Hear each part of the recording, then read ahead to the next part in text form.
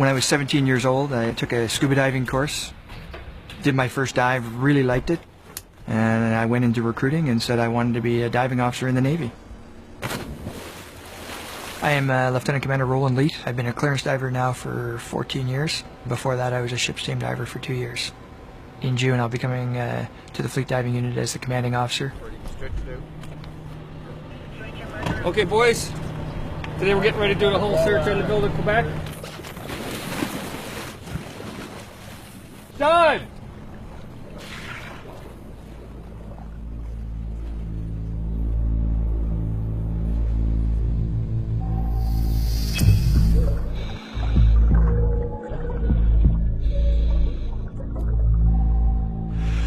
The 8th of February 1991, we pull into Funchal, Madeira. As soon as we pulled alongside, we were asked by the CONXO to do a hull search of our ship and the USS Ferris, which was next to us. We had done the USS Ferris in previous ports, so it wasn't going to be an issue. Unless you could look into the future, we couldn't see what was going to happen to us. We did the Margaree first, went to the inboard side, swept that whole side all the way down to the front. At that point, we still had lots of air left, so we just started to do the Ferris. There was a lot of noise because all the ships all running on generators. Basically, you couldn't tell that there was any extra machinery on. About 2/3 of the way up, Master Seaman HYNES gets sucked up against the hull of the ship. We didn't really know why he was being pulled up against the hull of the ship. I saw Corey Wells swimming down to lend assistance. So we both swam in, and as I'm getting about 2-3 feet from Master Seaman HYNES, I see Sub-Lieutenant Wells get sucked up against the grating also. I felt myself being pulled in, and I tried to swim away but couldn't. I realized it was the main circulation pump for the ship. The amount of pull was enormous.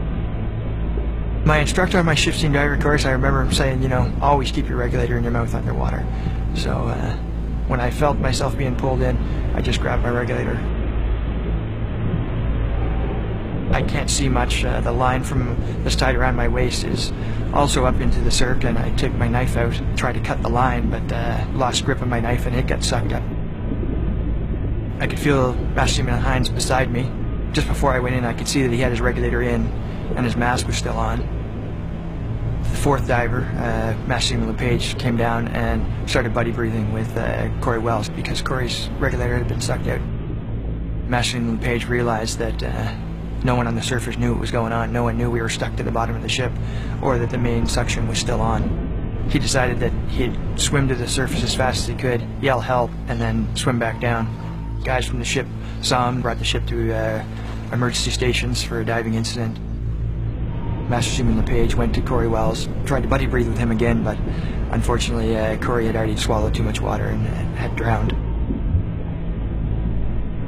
The standby diver, Master Seaman Bisan, came to my side, basically stood on the hull and grabbed me by the arm and tried to pull me off, but couldn't pull me out of the cirque.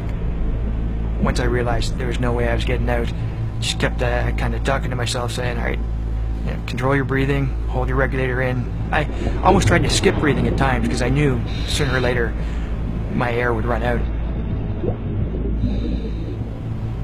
15 to 20 minutes passed. I really can't give you a good time frame. As soon as I felt the cirque shutting down, the two divers that were swimming around grabbed the two that weren't moving and started taking them to the surface. The line that was our search line was still stuck up in the cirque, so the four guys are head to the surface and I'm trying to swim out and can't. I pulled about 30 feet of line out of the cirque, and then I felt that I was free, so I started swimming up. Found out later that I had about 200 psi left in the tanks. I didn't actually know until I hit the surface that the other two had drowned. Corey Wells, newly married, kind of a guy who loved life. He liked what he was doing, loved the Navy, loved diving.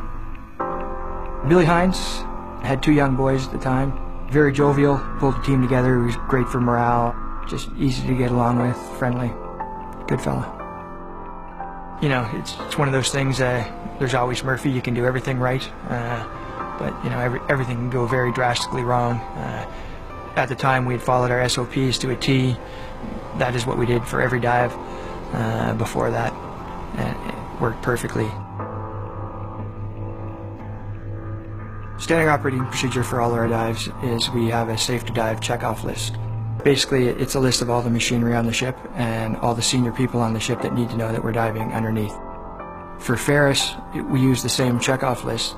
It's just that their second officer today wasn't conversant in dive ops because the U.S. Navy doesn't have shift team divers.